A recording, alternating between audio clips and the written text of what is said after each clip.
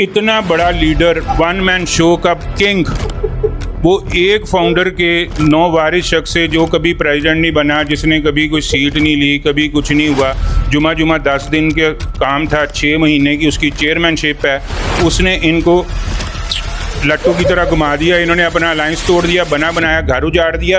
आज एक नए गेम में पड़ गए। वो आज अपने अलायंस पे बैठे होते, हमें जीतने के लिए पापड़ बेलने पड़ रहे होते। आज इस वक्त अल्लाह की मेहरबानी से लाहौर का 70% लेके बैठे एसोसिएट कॉरपोरेट का।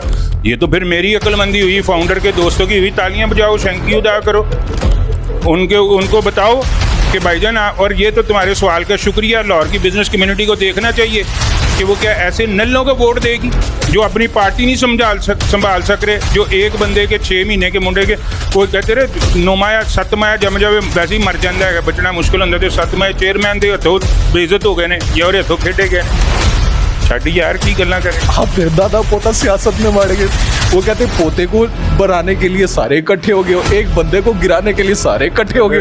अगर कोई उम्र के 10-60 साल के फ़र्क से दादा या पोता हो सकता है तो फिर तो सारे ही उनके बच्चे होंगे जो उनके साथ लगे हुए। तो दादा कौन है, पोता कौन है, ये तो उनसे पता करना पड़ेगा। शायद उनकी नज़र में वो खुद दादा बन रहे हों और हमारे बनने की कोशिश कर रहे हो, तो वो वक्त बताएगा 24 तारीख 23 तारीख। कॉन्सेप्ट क्या है दादा पोता का, ये समझा ही दो यार, समझ ही नहीं आ रही। डेली व्हाट्सएप खोलते हैं दादा, रोटी हजम नहीं हो रही। ये 24-23 को आपको पता लगेगा ना कि दादा कौन है। कॉन्सेप्ट तो समझाओ, थोड़ा समझाओ। कोई कॉन्सेप्ट क्या है, वो कह रहे हैं, उनको कहने दो, हम तो खड़े हैं ना। अब दादा पोता वो सुबह उठ के कोई कह देगा कोई भतीजा है, कोई ताया है, तो इससे क्या कॉन्सेप्ट समझाने लग पड़ेंगे आपको। वो कहते हैं हम अपने रिश्तेदारों को नहीं लेके आते, अकर बाप परवरी पर बिलीव नहीं करते, आप लोग यही काम कर रहे हैं।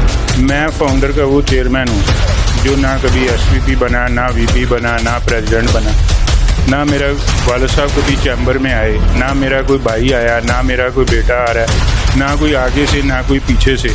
तो कौन अपने रिश्तेदारों को लेके आ रहा है? ये तो चिन्योट बरादरी से बाहर निकल के दिखाए ना। ये तो किसी पे एतबार ही नहीं करते चिन्योटियों के अलावा। कहते हैं कि फाउंडर जो है ना, वो 2 महीने पहले जो सर्वाइवल रिवाइवल की जंग लड़ रहा था, ये एक अपॉर्चुनिटी बन गई। अपॉर्चुनिटी पे सारी आगे हुए आप। तो ये अपॉर्चुनिटी घर में सोए पे मिली है। हम सड़कों पे खड़े थे, 6 महीने से थे। ये कोई मुझे घर आके किसी ने उठा के कहा कि इब्राहिम साहब आ जाओ, आपको अपॉर्चुनिटी मिल गई है। कहते मफाद परस्ती का लाइस है। किनका? आप लोगों का। अच्छा, मफाद क्या है? भाई मैं पढ़ रहा हूँ ना डेली ग्रुपों में। जी मुझे मफाद भी समझाएं, मफाद क्या है? वो आप समझा रहे हैं, मैंने क्यों समझा। अच्छा, मेरा भाई अगर सदर बनना चाहता है, मैं सदर बनना चाहता हूँ, मेरे भाई से मुराद अली साम असगर है, शेख इब्राहिम है, या जैद है, बकर है, चौधरी अमजद है, हमारे पार्टी के लोग हैं, वो सदर बनना चाहते हैं, तो उनके जो अलायंसी हैं या जो उनके साथ लोग हैं, वो क्या बाहर जाके हलवा पूड़ी की दुकान लगाने के लिए आ रहे हैं चैम्बर में? वो भी तो सदर बनना चाहते हैं। मफाद क्या है?